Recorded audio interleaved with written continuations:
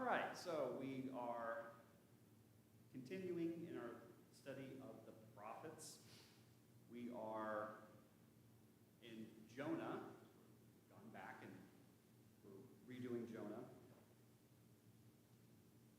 He is one of our 8th century prophets. We've already talked about this quite a bit. We have our relative timeline, our more comprehensive timeline, and so it feels appropriate. I can't use this very often, but I like it for Jonah too. So it's been a bit of a while. So all right, now let's see, where were we? Ah yes, in the pit of despair. So we left Jonah literally being thrown into the water. As we remember, right, he was on the boat, there was the storm, he's asleep down in the hold, and the sailors are up top trying to right the ship and keep everything from sinking. Now, it's been misattributed, or you see it referred to as others, but it's famously known as Rashomon storytelling. And we see this in modern movies. It's becoming more and more common. And the basic premise is, you see it in others, fairly recently was the movie Hoodwinked, which nobody saw. It's a kids movie. But basically, you have a story and you keep telling the story from different perspectives. It's called Rashomon storytelling. You didn't need to know that, but I felt it was appropriate. So something that's interesting here with Jonah is that we are going to see, as the story unfolds, we're going to see it from different perspectives. And we'll see this happen, this will shift twice. So the basic structure is God does something. The people respond. By the people, we mean the pagans. So in chapter 1, we have the sailors, right? They're the ones fighting the storm. They're the ones engaging with God directly, because Jonah's asleep in the hold. He's not doing much. He's pretty useless in chapter 1. Then we're going to have Jonah's response. So Jonah's response to what God did and also what the pagans did to some degree. This will happen twice. So in chapter 1 and 2, and then it'll happen again in 3 and 4. So as a bit of a recap, because it's been a few weeks, back in 5, Jonah had gone down to the lowest part of the vessel and had stretched out and fallen into a deep sleep. Again, most of chapter 1 is told from the pagan perspective, right? They're up top, they're the ones fighting the storm, they're the ones working the boat, they're the ones trying to figure out what's going on. Jonah's pretty much useless. But since we're trying to understand his perspective and his, what he's going through, we want to kind of go back and just get everything from his, again, point of view. So he's asleep, and then the captain approaches him and said, "What are you doing? Sound asleep? Get up." So the captain is not very happy with Jonah because he's asleep in the boat, being fairly useless. And he yells at him, "Get up." This is funny and ironic because this is what God said at the beginning of the story, right? God yells at Jonah, "Get up." And then he tells him to go to Nineveh, and Jonah decides not to go to Nineveh. He then goes through this series of questions, asking, "Who are you? Where are you from?" and so on. And Jonah gives a fairly thoughtful response. It's a really interesting response. He says, "I am a Hebrew. I worship, fear Yahweh, the God of the heavens, who made the sea and the dry land." We talked last time about why this is a very interesting answer, but for our purposes right now, there's a tremendous amount of theology in this statement. Namely, he's admitting belief in Yahweh, the patron God of Israel, the God of the patriarchs, and so on, but he's also acknowledging that he's a Hebrew. This is a word that doesn't occur very often in the Old Testament, and it mainly applies to Abraham. He was a Hebrew. So by saying he is a Hebrew, what he seems to be saying is that he is basically identifying himself as a child of Abraham. This evokes Genesis. So at the very least, Jonah, a prophet, has some working knowledge of Genesis. Good for him, right? Well done. He knows the most basic tenets of Israelite theology. He knows who Yahweh is, he knows that he made the sea and the dry land, and he knows who Father Abraham is.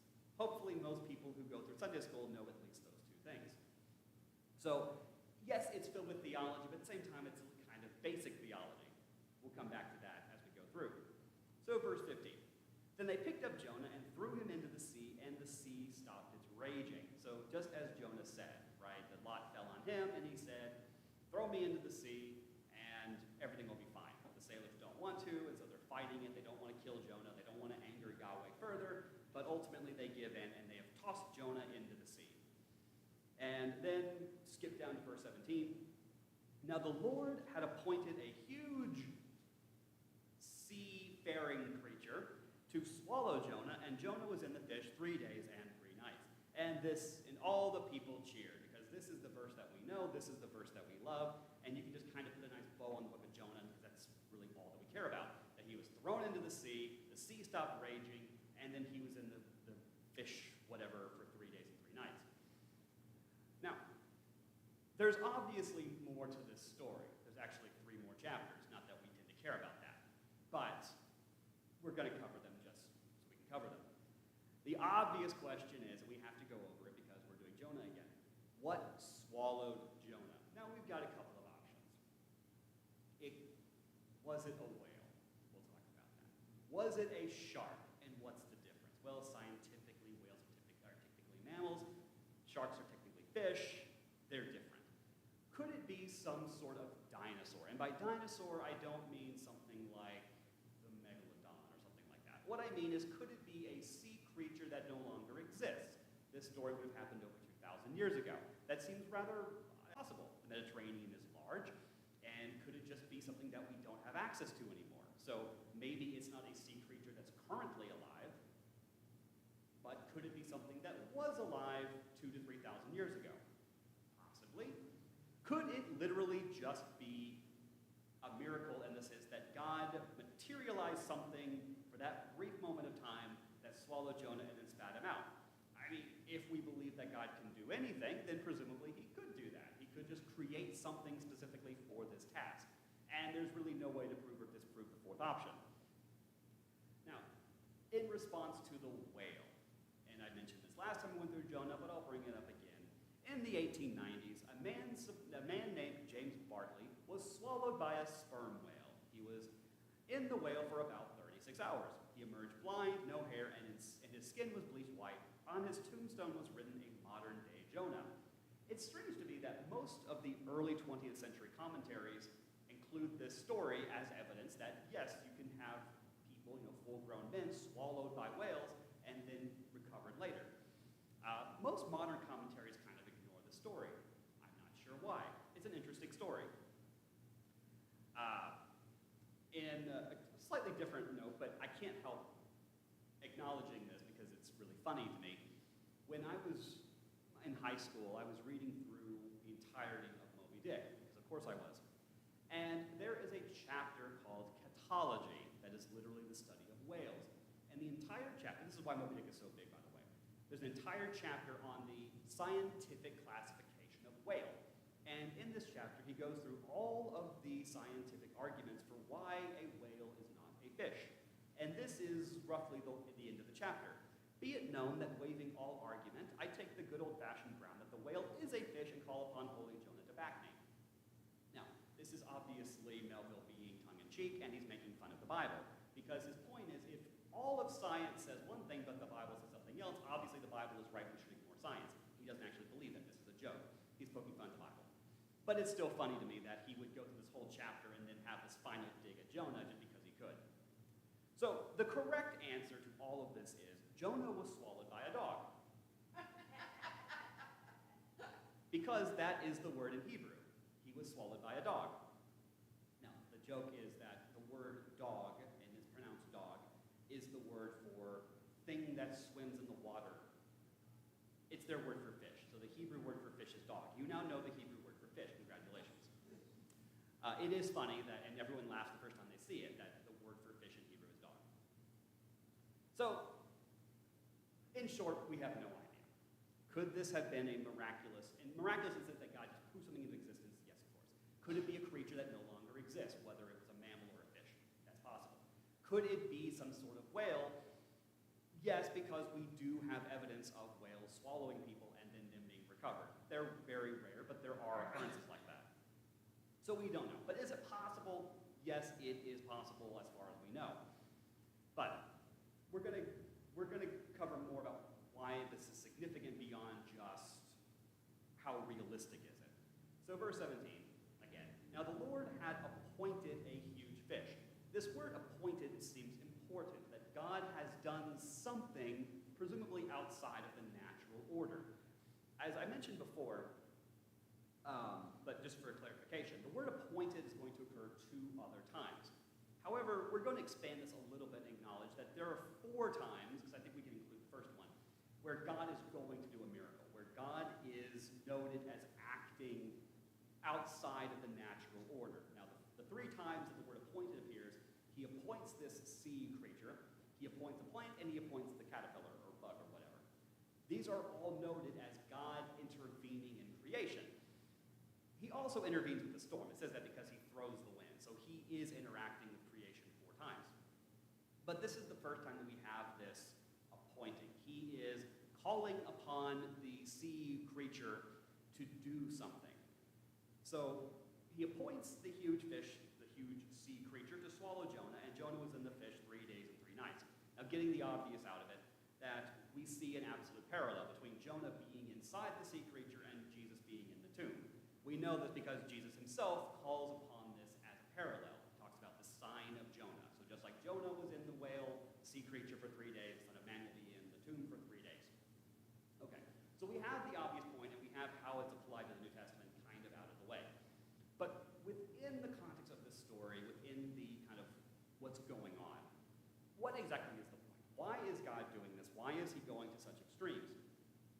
And also, coming back to kind of more thematically, what is going on with this sea creature? Why is Jonah interacting with it? Did God need to use a sea creature to do this? Probably not. He probably could have done other things. He could have had an angel just pick him up and carry him to shore, like Elijah, or some sort of wind or whatever. I mean, he's done that before. But he chooses to do the sea creature. Because, in my humble opinion, God has a sense of humor. And he has a tremendous sense of irony. And as I've already said, I believe there's a lot of debate over what the genre of Jonah is. I think that we're dealing with an ironic hero story. And so, one of the most iconic, one of the most basic elements of all hero stories that go back thousands of years is the great valiant knight taking on the dragon. This is a universal motif. We see it in all kinds of cultures, right? There's the evil dragon that represents chaos and wickedness and everything that's wrong with the world, this monster of some sort. And then the knight, right, the valiant hero, is called upon to fight the dragon. And this has been told and retold over and over and over again. One of the great heroes of Greek mythology is Perseus, who saves Princess Andromeda from the sea monster Catus. We're going to talk about Catus in a second, too. So, in the established heroic lore, right, there's the champion who fights the monster, and the champion wins. However, in this case, the Lord had appointed a sea creature, a sea monster, to swallow our hero. That's not the way this is supposed to go. Except for the fact that Jonah is not being very heroic. Jonah is not doing what he's supposed to do. And in order to teach Jonah a lesson, God is going to rouse this sea monster from the deep and punish his hero. We see kind of references to this elsewhere, most notably in Jonah, where it talks about the Leviathan. I do not believe the Leviathan is an alligator or something of that nature. I think the Leviathan is referring to a mythological sea dragon. And the whole point is, in chapter 41, can you pull Leviathan with a hook or tie his tongue down with a rope? Can you play with him like a bird or put him on a leash for your girls? So Leviathan refers to this great mythological sea dragon that is the epitome of all that's evil and wrong with the world, right? It's a sea monster. It's more conceptual than real. But the whole point is this is something that you can't just put on a leash. You can't go deep sea fishing and catch it with a hook. This is something that cannot be tamed. And the whole point is this is something that is beyond human conception, this monster in the back of our minds, but it's something that God can play with like a goldfish. Because that which is most destructive to us is something that's not really a threat to him. And this point is made over and over again in Job. Leviathan is mentioned 2 or 3 times, Rahab is mentioned 2 or 3 times. I think it's kind of in the same context. So, in this case, God is going to use this sea monster, right, to do his bidding, which also sort of subverts the natural order of things, right? The sea dragon, the monster, or whatever, operates outside of the realm of God. That's why God needs his champion, because he sends his champion to go and fight the monster. But in this case, God is going to use the monster because the monster does his bidding, because he is God. So even the thing that shouldn't be following God or following his orders or whatever is still subservient to God, because the God who can control the sea can still control everything in the sea, and that includes monsters like whatever this thing is that just swallowed Jonah. Everything does what God tells it to do, except for this stupid hero, who shouldn't be in the water in the first place. Again, I'm convinced this is all meant to be humorous. This is meant to be funny. So God is going to teach his hero a lesson by having the sea monster swallow the hero. So, and also just to bring us back, the name of the monster that Perseus kills is called Catus. In Greek, this is translated as Catus, which to me is just all kinds of irony and funny. So God has appointed this sea monster thing, whether it's a whale or a shark or whatever, to swallow the hero, and then the hero is going to be inside of this thing for 3 days. Now this brings into play a whole other concept, or another issue. He's in the sea creature for 3 days. Now we know the story, we know that there's more to this. This implies that he's not going to stay in the sea creature. So he is inside the sea creature, alive, for 3 days. I imagine this was not very pleasant. I imagine he didn't like being in the sea creature for 3 days. But we're going to have see multiple parallels with Job again. So towards the beginning of Job's dialogues, complaining, in chapter 6 he says this: "If only my request would be granted and God would provide what I hoped for, that he would decide to crush me, to unleash his power and cut me off. It would still bring me comfort, and I would leap for joy in unrelenting pain, that I have not denied the words of the Holy One." So, to explain what he's saying, and this is part of what Job is wrestling with, Job has now endured all of this suffering. And he is now openly admitting that he is praying that God would just finish him off. Just kill me. There's nothing left. You've taken everything. You're clearly just leaving me to suffer, so just kill me and get it over with. And part of what he's dealing with is, why won't God just kill him? And what his conclusion comes to be is that there is still some sort of plan. Now, he doesn't like that. He doesn't like the idea that his suffering is leading to something, or that he has to endure the suffering. But he still accepts that. That if God just wanted to kill him, he'd be dead by now. Now, that doesn't change the fact that he's still in suffering. And I think Jonah, to some degree, has to acknowledge this as well. If God just wanted to kill Jonah, he wouldn't have bothered to summon the sea creature. He would have just left him to drown, which is what Jonah probably thought was going to happen. Right? Throw me into the water, I'm a disobedient prophet, and God will just kill me and be done with me. But instead, God went to all the trouble to get this sea monster or whatever to swim all the way over to wherever Jonah was, to swallow him and carry him around for 3 days, which was probably a lot of effort. Obviously, God is all-powerful and whatnot, but you get the idea. I imagine the sea creature wasn't too happy about this either. Did he really want to swallow this prophet and carry him around for 3 days? Probably not. The sea creature had better things to do. But Jonah is in the sea creature, and he knows that he is alive. Again, God wouldn't have gone through all this trouble if it wasn't for a reason, just like with Job. Job would not be lingering in his suffering if not for a reason. And that's kind of what Job has to deal with. So, in the midst of this suffering, right, in the midst of this darkness, in the midst of being in this smelly sea creature thing, he does the only sensible thing. And this is Jonah at his most sensible. Unfortunately, it is only in the midst of suffering that we tend to do what we're supposed to do. Now you can go, it shouldn't have to be that way. And you're right. God shouldn't have to make you suffer to make you obedient. But you're not obedient when you're not suffering. Jonah wasn't suffering before, and he wasn't being obedient. Now he's suffering, and now all of a sudden he's obedient. Isn't it funny how that works? You can say all you want. God shouldn't have to do that. You're right, he shouldn't. Why do you make something so hard for God? Not that I'm accusing anyone here in the moment, obviously. So Jonah prayed to the Lord his God from inside the fishing. And again, it's the word God, which is just also kind of funny. So the fish, the whale, the shark, whatever this thing is, right? Now, the word pray here is rather loose because he's not exactly praying. He's singing, which is fascinating. He's doing the only thing that he can do. he's actually singing, but he is expressing his desires through song. And we do have plenty of parallels, but the one that just immediately comes to mind is Paul and Silas when they're singing in prison. Now, the context is slightly different. They're in prison, they're not in the fishy. And they're not there because of their own disobedience, right? They're there because they've actually been obedient. But same situation, right? They are where they don't want to be. They are locked away in a very unpleasant place, and the only thing that they can do is express themselves through song. And this raises a really interesting question. So why does Jonah, and we could include Paul and Silas in this, why are they praying through song? Okay, he could just be praying, right? He could just be calling out to God or whatever, but he chooses to sing. And the answer, and I'm rather convinced of this, is that theology is best realized through music. There is a reason why we have so many songs in the Bible. There is a reason why we have so many characters recorded as singing. There's a reason why so many songs are documented in the Bible. And it's not just in the book of Psalms.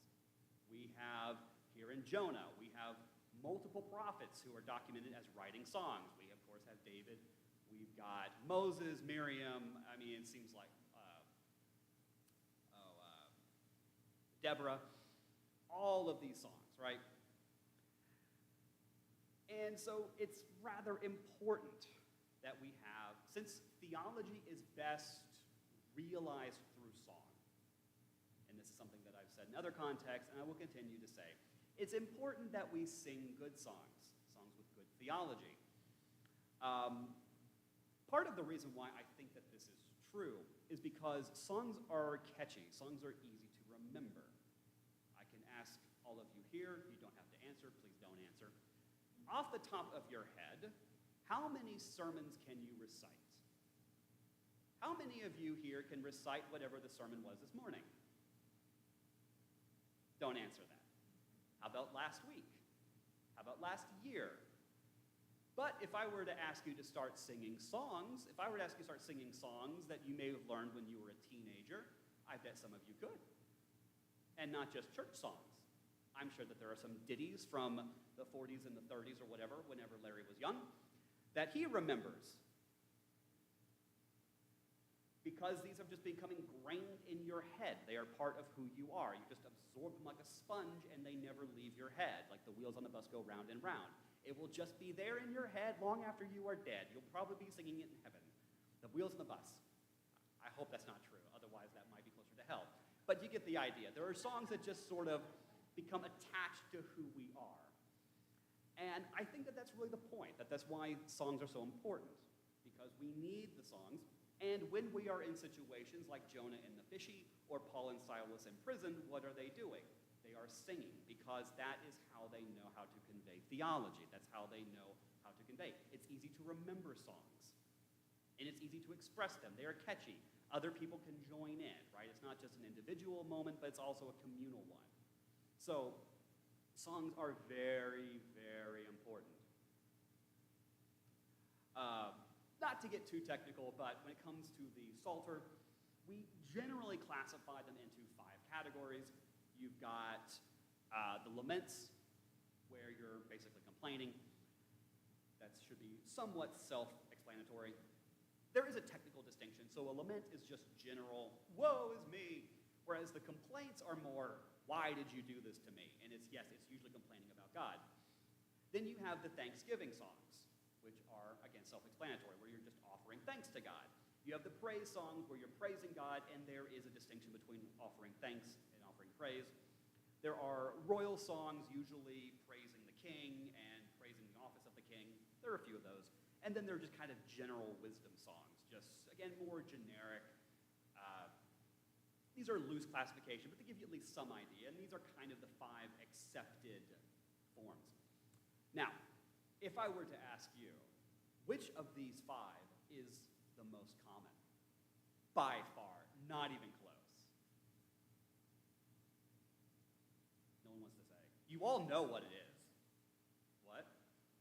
It's laments. Oh, yeah. I read somewhere, I cannot find it, I wish I could.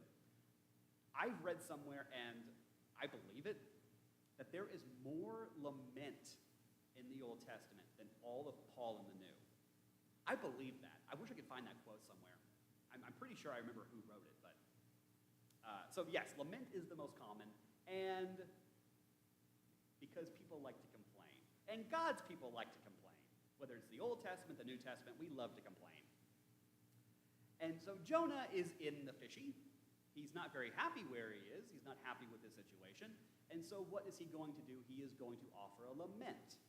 Now, you hear the word lament, and you may think that it's just complaining, just woe is me, and so on. And it's really not. There's more to it than that. So we're in laments, talking about laments. Jonah is singing a lament.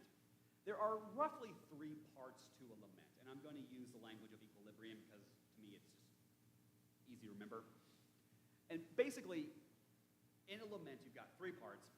You have the acknowledgement that the world is not the way it's supposed to be. Your reality has been shattered. That's the disequilibrium. That's where the lament comes in. You're complaining that the world is not the way you want it. Wouldn't it be nice if the world was the way you wanted it? Just all the time. But it's not. It hardly ever is, if it ever is. And then you have the petition that because you reflect and you go, well, this isn't the way the world is supposed to be, but there is a reality that should be. So you are petitioning God to make that so. And then we have the re-equilibrium, which is really the declaration, where you are professing that you have belief that one day reality will be reconfigured into the way you think it should be. Are we all following this? So you got the lament, you got the petition, and then you've got the declaration of trust, faith, confidence, whatever. We can kind of follow it here. And Jonah is going to follow this fairly well. The psalm for Jonah's lament is rather interesting because it's very basic. It's very by the numbers. It's not too flowery. The imagery is rather rich, but we'll get to why that might be. And the structure is very simple. But part of what makes lament, because you might think, well, laments are just all the same, right? Well, no, not actually. Because even though you have the 3 parts, you can arrange them however you want. So you can have the declaration first, you can have then the lament and the petition, you can do whatever you want in terms of structure, and then you can focus on each individual part. So for example, you can have a lament that's 90% lament, and then the other 2 parts are rather short. Or you can have a lament where 70% is petition. So you can see there's a fair amount of variety, which is why there are so many in the Bible. And some laments focus more on one part than the other, some arrange them differently for emphasis or whatever. So again, there's a fair amount of variety. Now with this one right here, we're going to start with the lament itself. You can see kind of 3 to 6. Then, we have the lament, petition, declaration. His petition will come first in verse 2. Then we'll have the lament, and then we'll have the declaration. Now, as has been mentioned before, but we'll go over again, part of what makes Hebrew poetry is the use of parallels. So you'll have a line with a second line, and the issue is, as you read these lines, and it's frustrating to me because everyone seems to acknowledge that synonymous parallels, where you're just repeating yourself, are incredibly rare, but when you go through commentaries, and whenever they see a parallel, it's like, oh, it's just synonymous, which just shows how lazy the commentaries tend to be. The reality is, or at least for me, the easiest way to explain it is, whenever you have a parallel, you should ask one question, but can have kind of 3 answers. Part of what makes poetry, right, is that you are playing out a scene in your mind. It's like painting a picture. And each line should lead into the next line. And as you go through the poem, you should see the scene change. Right? You should have a little running picture in your mind. And so with each line, you should ask the question, is the image static? Is there no motion? And if there is no motion, why is there no motion? It's like we're freeze framing on something. Or, and this is by far the most common, there's a forward motion. We're moving from one frame to the next, like animation cells, right? You should all kind of get the idea. If you ever do a flip book. And so, as we're moving from frame 1 to frame 2 to frame 3 and so on, there should be a forward motion through the images. Now, there are different ways that the image can move forward. As you can see, we have different options. It can be progressive, specifying, and so on. We'll show examples of this. And then finally, you have what I'm going to call ambivalent, where it's not a forward motion, but it's not static. There's a sort of tearing of the picture, as if the picture's being torn apart. And why is that? This is usually through comparison, so you're comparing different frames, or you're trying to do a contrast. So the picture, again, it's like the picture's being torn in two different directions. But we have to keep this in mind. So as we're going through them, we have to, again, have this question: how is the image moving? And as I've already said, by far the most common should be just a basic forward motion, but we have to ask why or how is the motion going forward. So we're going to go through it. Verse 2. I called to the Lord in my distress, and he answered me. I cried out for help in the belly of Sheol. You heard my voice. So here we have our very first line, and we're going to have two couplets. We got the first couplet on top, second couplet below. And within the first couplet, you have a basic statement with the result. I called out, and he answered. Okay? And in the second couplet, you have the same thing. You have a result. So he cried for help, and his voice was heard. Now, because why do you need to repeat that? That's the question we're asking. Well, it could be some sort of explanation. So, for example, I called to the Lord in my distress. Well, what exactly is his distress? How is he in distress? And then the second one he gives us, he was in the belly of Sheol. Sheol being a term for the dark place of the underworld. I'm not allowed to say hell, but it's basically hell. So he's not in just any kind of distress. It's not like because distress can mean anything. And we see in other Psalms, distress can mean sickness, distress can mean he's being chased by the enemy, like David. No, in his case, he is in a fish being dragged to the bottom of the ocean. Now, he's going to call this Sheol. Is he really in hell? Not in a literal sense, but, he's pretty close. He's in this smelly fishy being dragged down to the bottom of the ocean. It probably felt like he was in hell. So, it's not literal, but it's pretty close. We'll give him that. I also kind of like the play on consequence. So in the first couplet, we have, he answered me, which is interesting. So he called out and God answered. But then in the second one we have, he called out for help, and we have, you heard me, which is interesting, because there's a lot of meaning in that. You heard me. Now, we might think, well, you should have heard first and then answered, right? You hear and then you answer. But it's interesting that he decides to go in this way. So it's not just that God responded, right? Because that can mean a couple of things. But in the second one, God heard him. And we're going to come back to this, because there is significance that God actually hears him. All the way down in the depths of Sheol, God was still able to hear Jonah. So verse 3, you threw me into the depths, into the heart of the seas, and the current overcame me. All your breakers and your billows swept over me. So here we have what we could call specifying parallels. So you threw me into the depths. Okay, so you threw me into the ocean, and then into the heart of the sea. That is, you could say, a specifying or a clarifying line. So it's not just, you threw me into the ocean, you threw me into the heart of the ocean, right? Right in the middle. Now, was he really in the middle of the Mediterranean? Maybe not. They were just a few days out from the coast, but we get the idea. And then, and the current overcame me, all your breakers and your billows swept over me. So we have a result, right?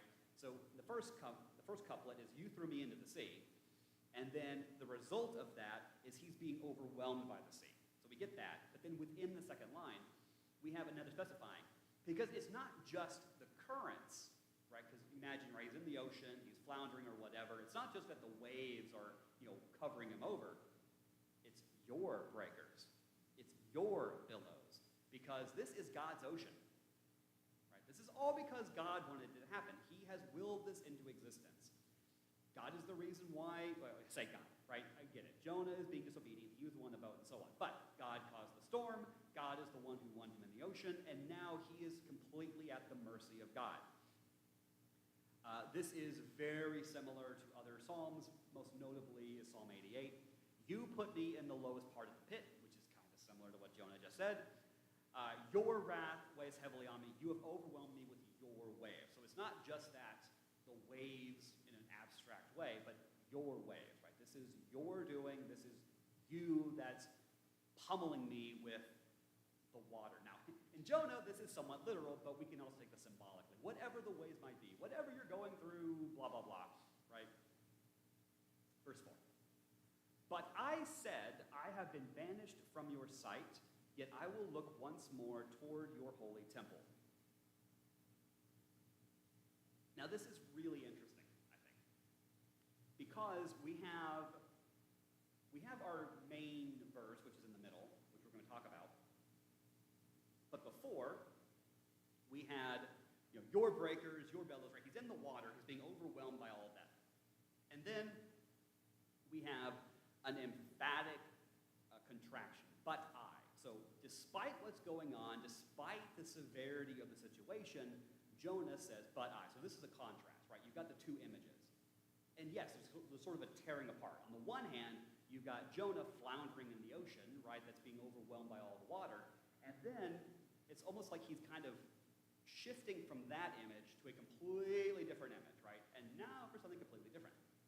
But I said, I have been banished from your sight, yet I will look once more toward your holy temple. So he's shifting focus away from the picture of him thrashing in the sea to say, I have been banished from your sight.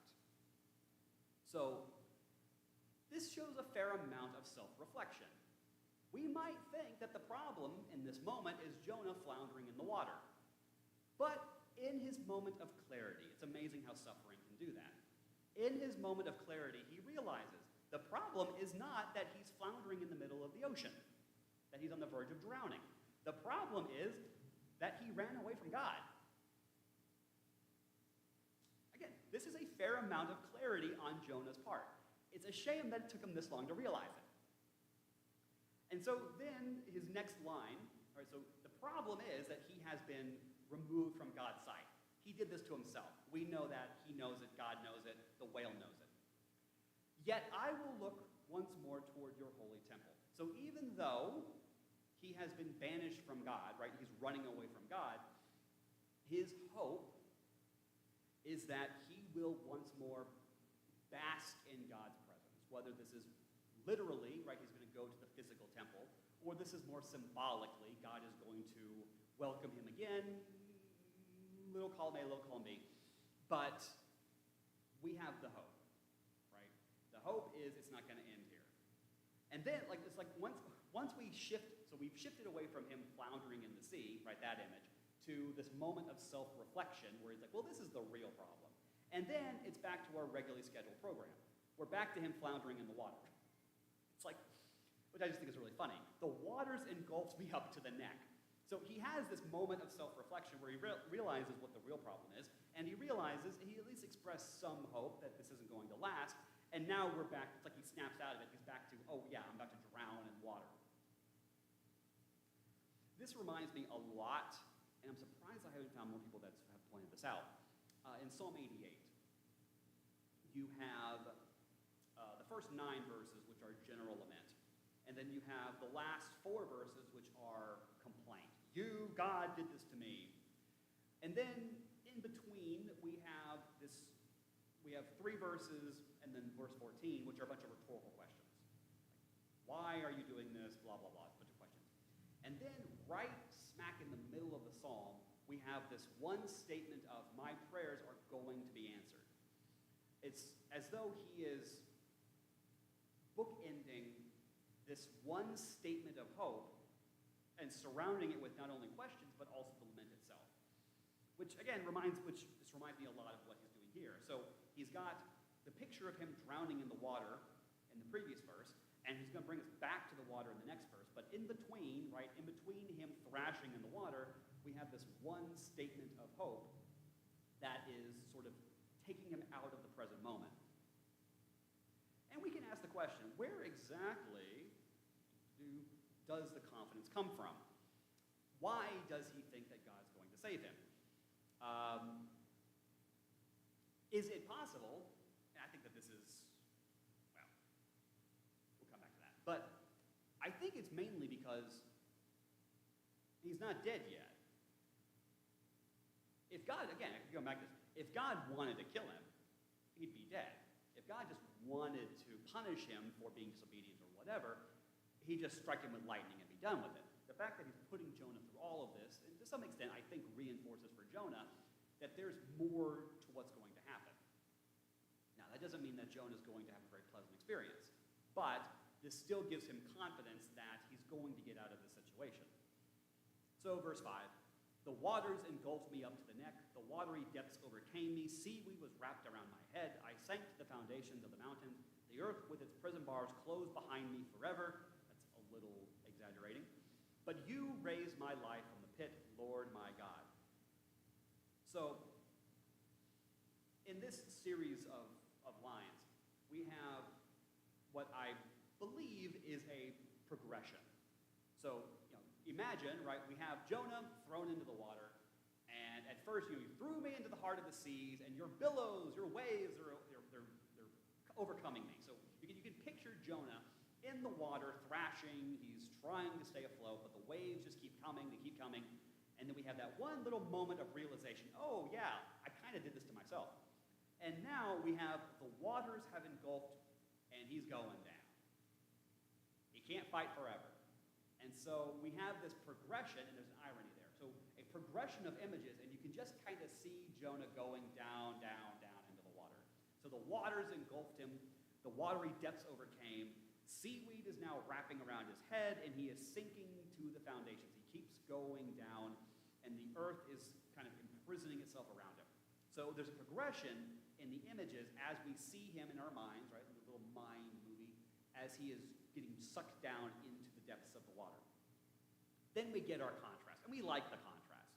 But you raise my life from the pit, Lord my God. So he is going down, but his confidence is that he's going to be raised. Now, we do have a shift in imagery. This just happens. I thought we were talking about sinking. I thought we were talking about drowning, and now all of a sudden we have this pit language. Where's the pit coming from? The Psalms like to do this for some reason. They'll kind of mix their metaphors. But just if you ever wonder, like, how many metaphors are there? The answer is 4, and there's actually one psalm that covers them. It's Psalm 107. And we see these metaphors. I like this slide. I put a lot of work into it. So we have 4 main metaphors, and we see them used over and over and over again. They're used in the Old Testament, they're used in the New Testament. And so these are the metaphors of salvation. So the first metaphor are the lost. Those that are wandering in the wilderness, and they can't find their way back. We love this metaphor. We see it all the time. The lost, right? The prodigal son was lost. The soul was lost and whatever. We love using the lost metaphor. And then on the top right, you have the imprisoned, right? Those who were enchained and needed to be delivered from the bonds of slavery or in sin and whatever, right? We get that image. Then we have those who are thrown into the pit, right? Those who have been trapped and they need to be dragged out or whatever. And then finally, we have those who are sinking. I was sinking deep in sin, right? We get the 4 metaphors, and there's an entire psalm dedicated to going through the 4 metaphors. It's 107. And depending on what psalm we're in or whatever, at times we will shift metaphor. So for Jonah, his main metaphor is he's drowning, right? He's in the water, he's getting pulled down. That doesn't mean that he won't shift the metaphor as he sees fit. So for example, he's shifting from the drowning metaphor over to the pit metaphor, and he just expects us to be on board with that. He just expects us to understand that we're shifting metaphor, because these are all roughly interchangeable metaphors. And we can't ignore the irony, because this book is just dripping with irony. God, at the beginning, told him to get up. He told him to go up to Nineveh. The captain, right, when Jonah is going down, the captain said, get up. He is supposed to go up. But instead, he went down to Joppa. He went down to the ship. He went down to the lower part of the ship. He fell down into his sleep from the presence of the Lord. And the beautiful irony, as it has been fulfilled, and as we have seen in his own song, is that we see that Jonah wants to flee from God. He wants to go down and get as far away from God as possible. And God, in his sense of humor, has decided to take Jonah even further than he could go on his own. So he had Jonah thrown into the water. And Jonah went down into the water, right? He went down further down than the ship could take him. And then God had this sea creature swallow Jonah and carry him down even further. Jonah is as far down as he can possibly go. As a moment of reflection, is this being written in the moment, or is this being written after the fact? And that does change things, right? Because if he's writing it in the moment, that changes how we should understand his confidence, as opposed to writing it after the fact. Part of why I like Psalm 88 so much is because there's no explicit statement of deliverance, which suggests to me that Psalm 88 was written before the deliverance happens. So when the psalmist expressed the hope that God's going to answer him, he is writing in the midst of his suffering.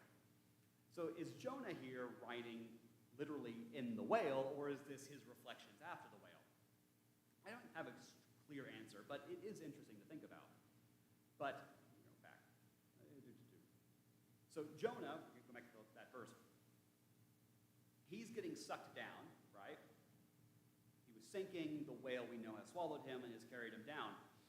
And despite the fact that he is going down, God is going to raise him up. So we have the inversion, we have the contrast. So in verse 7, as my life was fading away, he's going to explain this, what he meant by, you're going to raise me up. As my life was fading away, I remembered Yahweh. My prayer came to you, to your holy temple. We already mentioned the moment of self-reflection, right? He was in the water, and he's like, oh yeah, I kind of did this to myself.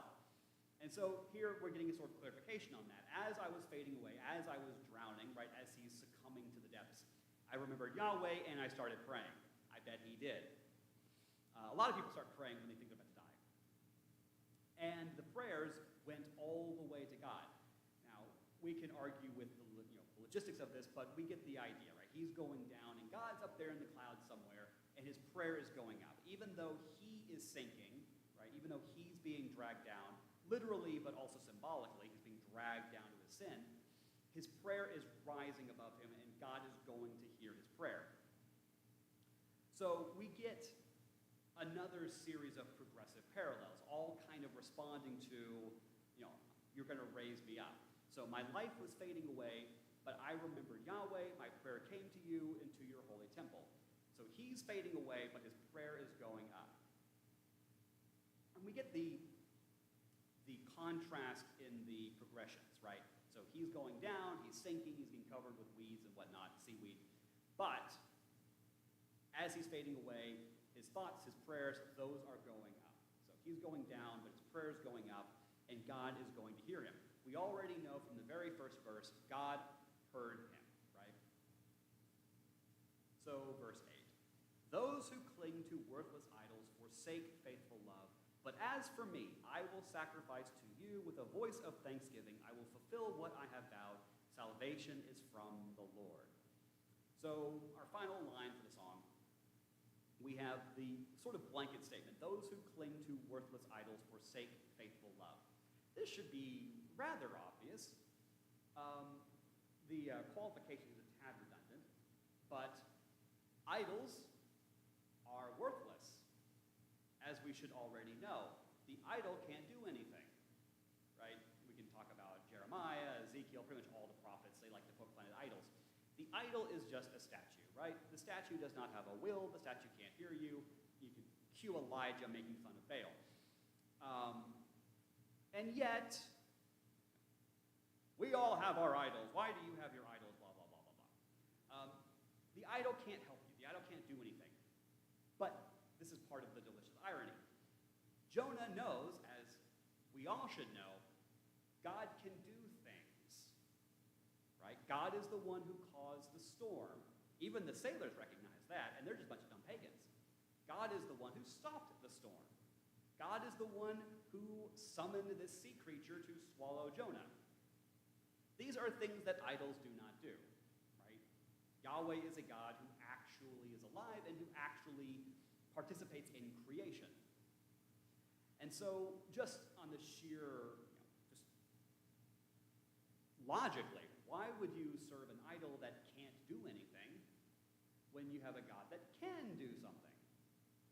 It's kind of dumb, and yet we still do it. And so if you pursue those idols, I mean, this is kind of an obvious statement, but if you pursue those idols, then you're forsaking loyalty. And the loyalty here would be to Yahweh, which is kind of obvious, right? As a prophet, as a member of Israel, as a member of the sons of Abraham, he should know better than to not pursue Yahweh. And yet, he's the dumb one who ran away from Yahweh at the beginning of the story. He seems to have had a few moments of clarity in this point. But now we have the contrast, and these are kind of the results of what happened.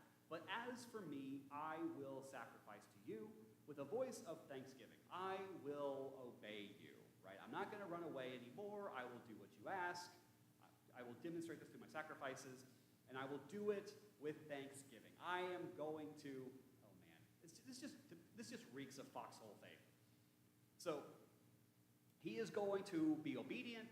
He is going to give sacrifices. He's going to do it with thanksgiving, right? He's going to be there first thing on Sunday morning. He's going to give his tithe. He's going to have a big smile on his face.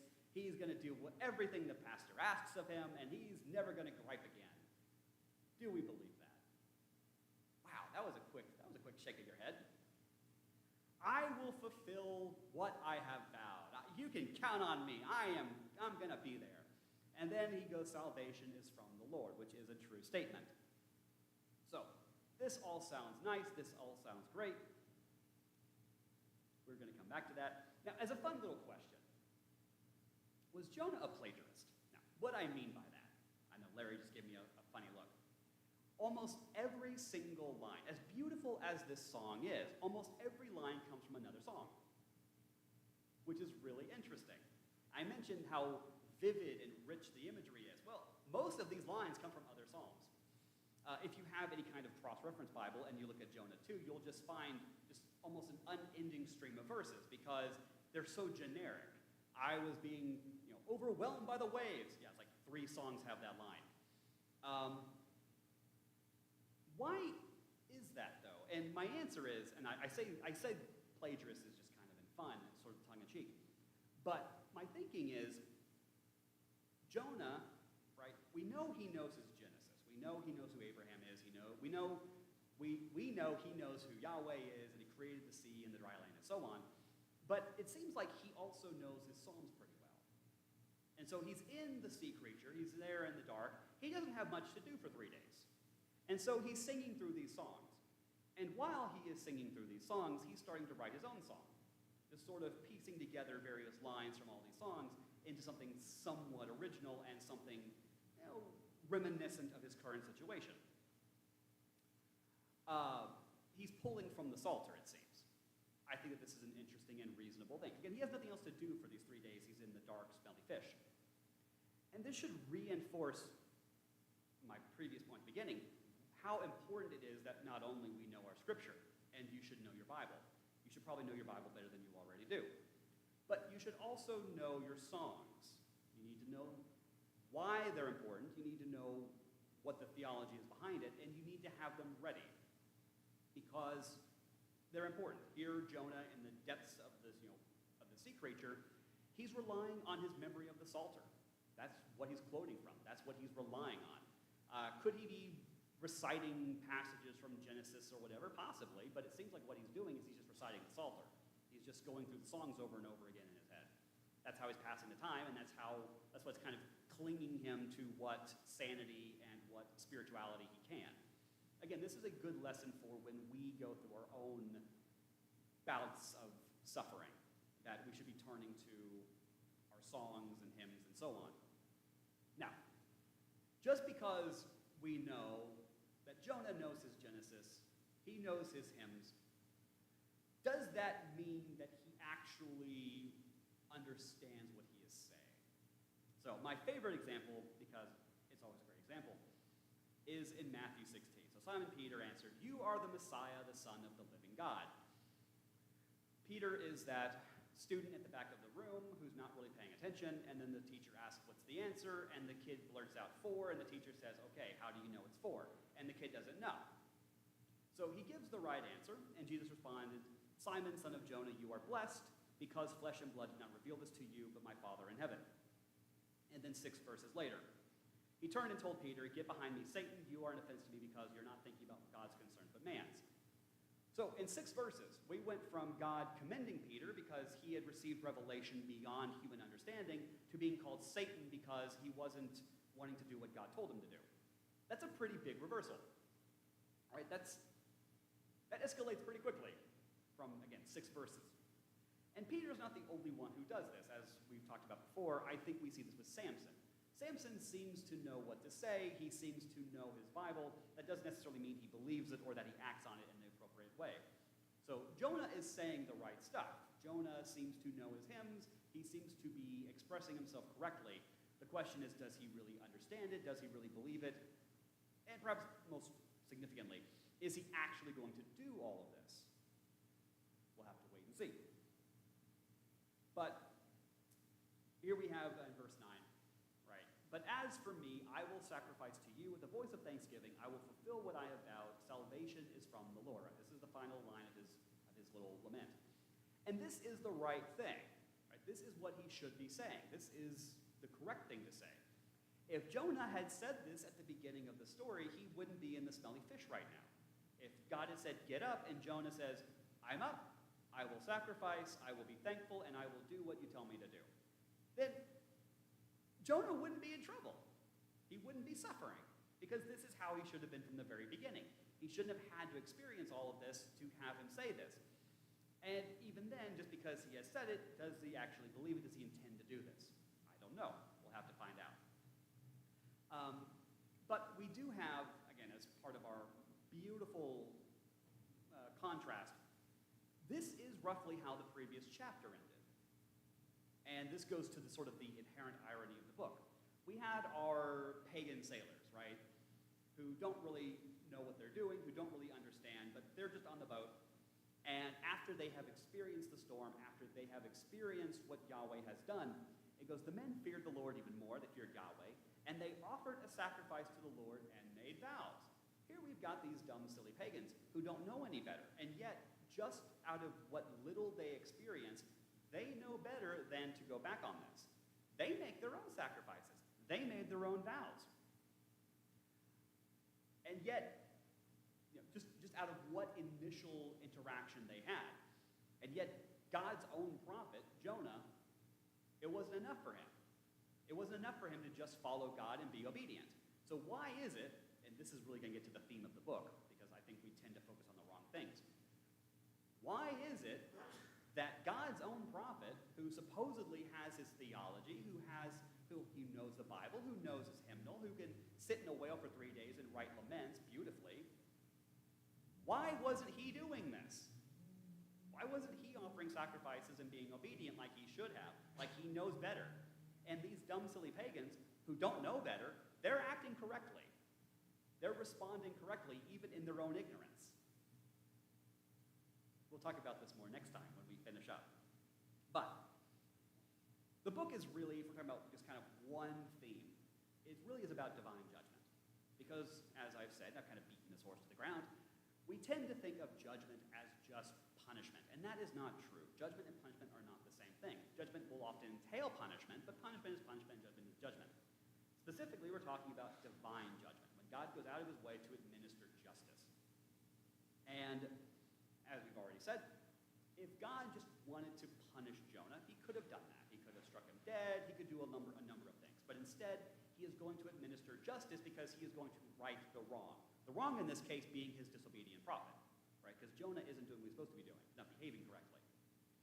So, in our first little lesson on chapter 1, the point is that this judgment, right, this divine judgment, is a revelation. So when God goes out of his way to reveal himself, right, to judge, he is revealing something about himself. Even the dumb, silly pagan sailors recognize this. They understand that the storm is supernatural, that a God has, because gods are a lot like humans, at least in the mind of ancient mythology. Gods, they live in their homes, right? They live up there in the clouds. They've got their palaces and their attendants and whatever. And they like being up there. They like just lounging around, whether you're Zeus or Baal or whatever, doesn't matter. They don't like doing stuff. Gods are rather lazy. And it takes a lot to get the gods to act. And when they act, it's usually a bad thing. So when the sailors find out that Jonah is a prophet serving this crazy Israelite god, and he has done something that has gotten this god so angry that he has left his home and chased him out onto the ocean, the sailors are losing their minds. What could you possibly do to get a god this mad? That's a good question. But they understand that this is revelation. This is more than just a god being angry. The god is revealing something, which is why they respond the way they do, with promises and offerings and vows and so on. But now, as we're seeing in chapter 2, and this is something that Jonah is hopefully slowly realizing, we'll find out how much he understands it, is that in this revelation, right, God is revealing himself, he is revealing something about himself to Jonah. The revelation is itself not the point, right? The point is God is revealing himself because he wants a response, right?